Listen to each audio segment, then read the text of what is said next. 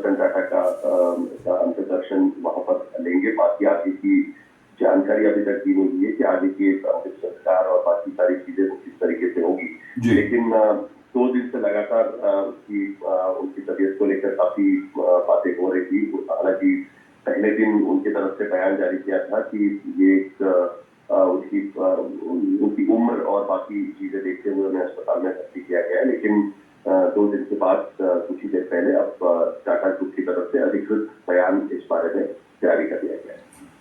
साहिल, आप बने रहिए हमारे साथ, हम आपसे और बात करें। आपको बता दें कि रतन टाटा एक मशहूर भारतीय व्यापारी हैं, निवेशक हैं। इसके अलावा टाटा सन्स के पूर्व अध्यक्ष हैं, टाटा समूह के अध्यक्ष रह चुके हैं।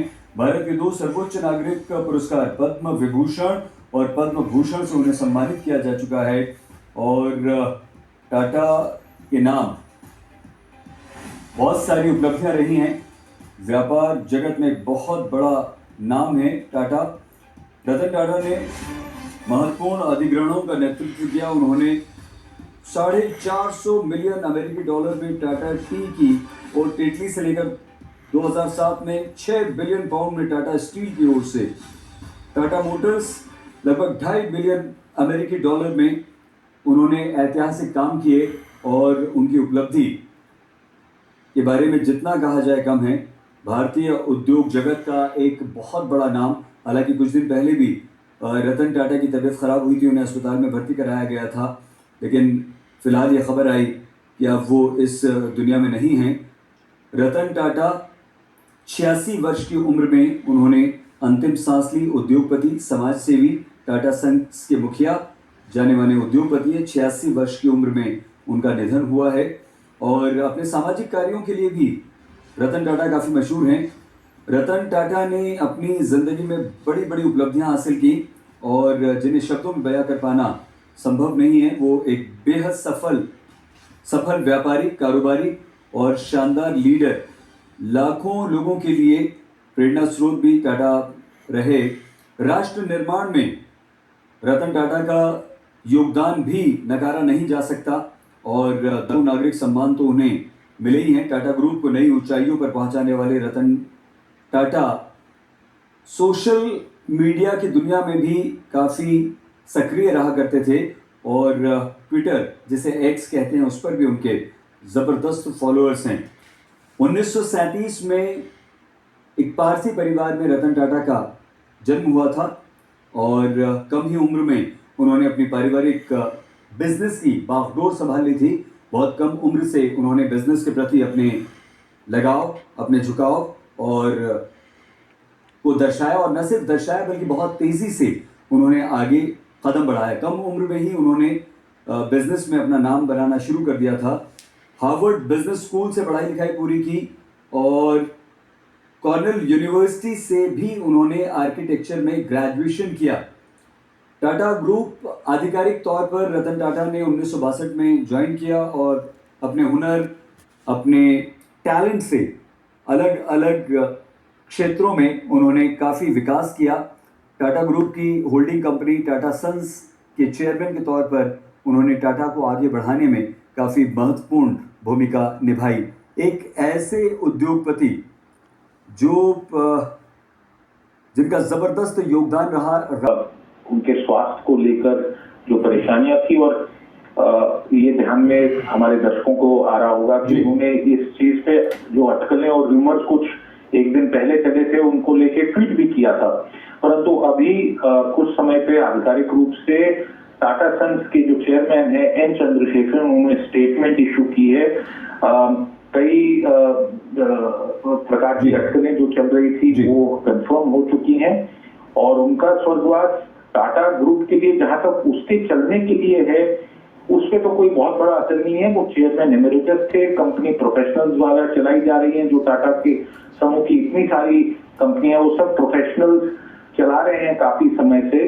परंतु भारत के उद्योग जगत के लिए, मेक इन इंडिया के लिए, और न केवल देश बट पूरी दुनिया में टाटा का जो एक प्रकार का ब्रांड था, वो इंडिया की इंडस्ट्री और बिजनेस का भी एक ब्रांड माना जाता था। इस कारण काफी बड़ी क्षति है जहां तक बिजनेस इकोनॉमी का क्षेत्र है हमारे देश के लिए।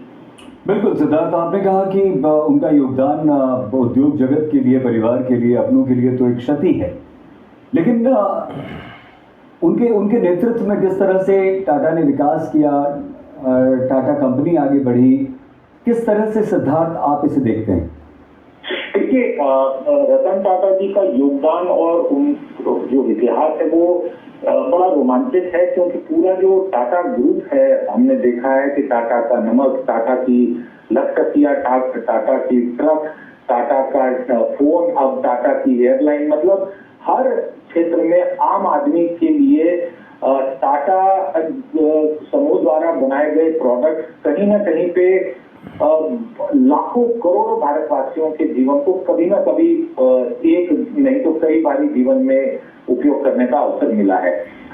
सबसे बड़ी बात जो मैं मानता हूं कि एक इस ग्रुप का जो साइज है और जितनी बड़ी विशाल एक एम्पायर है और कितने ही क्षेत्रों में इनकी बिजनेसेस हैं, सब में टाटा की क्रेडिबिलिटी, उनके बिजनेस एथिक्स और जिस प्रकार से काम किया जाता है, ये एक मिसाल मानी जाती है। दूसरी बात, रतन टाटा जी ने टाटा समूह को एक पुराने इंडस्ट्रियल एरा से एक मॉडर्न इंडस्ट्रियल एरा में लाने का प्रयास किया। टाटा की गाड़ियां आज जो कंज्यूमर कार्स हैं, पहले केवल ट्रक्स या बसेस के लिए जानी जाती थी, आज कंज्यूमर कार्स में और इलेक्ट्रिक व्हीकल्स के क्षेत्र में जैसे देखें तो टाटा सबसे बड़ा रिटेलर है इलेक्ट्रिक कार का।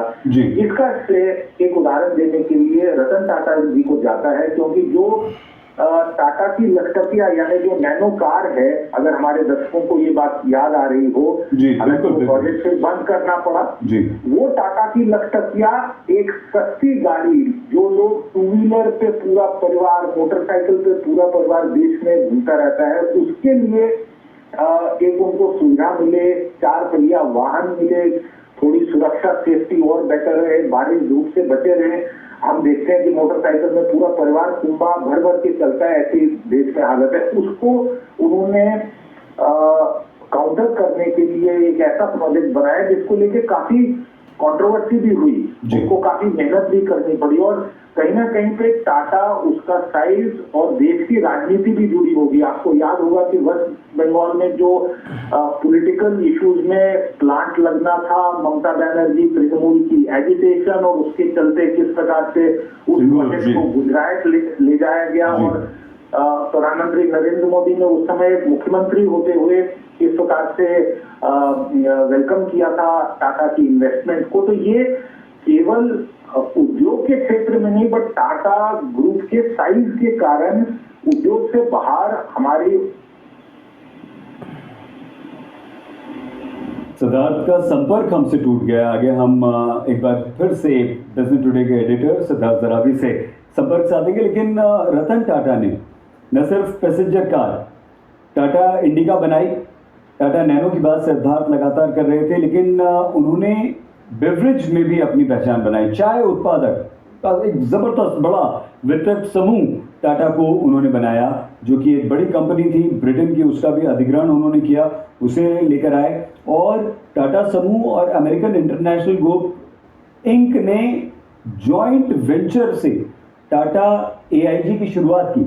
मतलब ये कि रतन टाटा ने अपने बिजनेस को जबरदस्त फैलाया और विभिन्न क्षेत्रों में आगे बढ़े।